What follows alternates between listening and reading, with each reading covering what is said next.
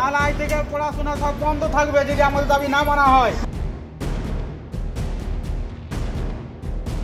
পড়ুয়ার সংখ্যা 150-র বেশি, তাদের পড়ানোর দায়িত্বে মাত্র একজন শিক্ষিকা।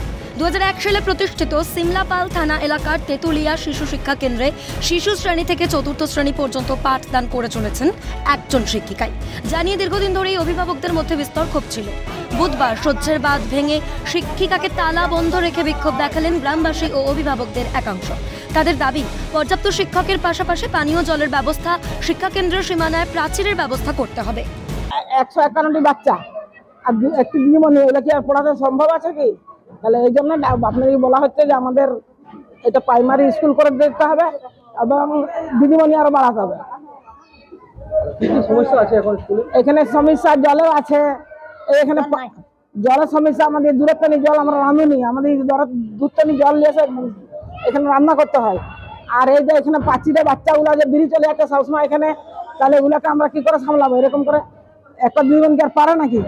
আমরা বিক্ষোভ দেখার কারণ হচ্ছে দক্ষিণ বাঁকুড়ার সবচেয়ে বৃহত্তম এই স্কুল, কিন্তু এটা তেতুলিয়া শিশু শিক্ষা কেন্দ্র এখন হয়েছে। আমরা চাই আগামী দিনে এটার জন্য বড় ধরনের প্রাইমারি স্কুল হতে পারে।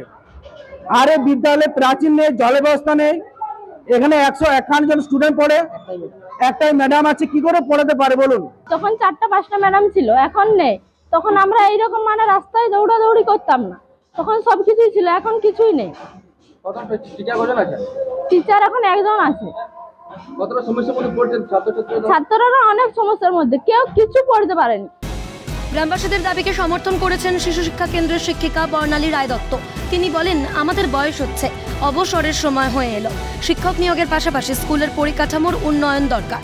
এই স্কুলের টিচার, কিন্তু আমার একজন সহায়িকা আছে পার্শ্ব শিক্ষক হিসাবে, সেও সামলাবার চেষ্টা করছে, কিন্তু বাচ্চারা তো শোনে না। সব 5 বছর থেকে ভর্তি হয়েছে এত বাচ্চা, তাই ওরা ঠিকমতো পড়াশোনা হচ্ছে না বলে ওরা অভিযোগ যে অবিলম্বে টিচার চাই, আপনাদের দ্বারা হবে না বলে আমাদের তালা দিয়ে রেখেছে।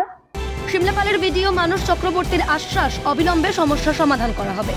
হ্যাঁ, ওরা এসেছিল আমার কাছে, ওদের দাবি হচ্ছে কয়েকটা। সেটা হচ্ছে স্কুলে বাচ্চা বেশি আর সেই তুলনায় শিক্ষক কম, 1।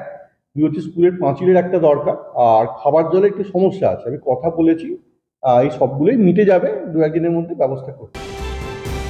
একদিকে শিক্ষকের অভাব আর অন্যদিকে নিয়োগের দাবিতে আন্দোলন করছে হবু শিক্ষকরা। আর কতদিন শুকনো কথায় চিড়ে ভিজবে, সেটাই এখন বড় প্রশ্ন।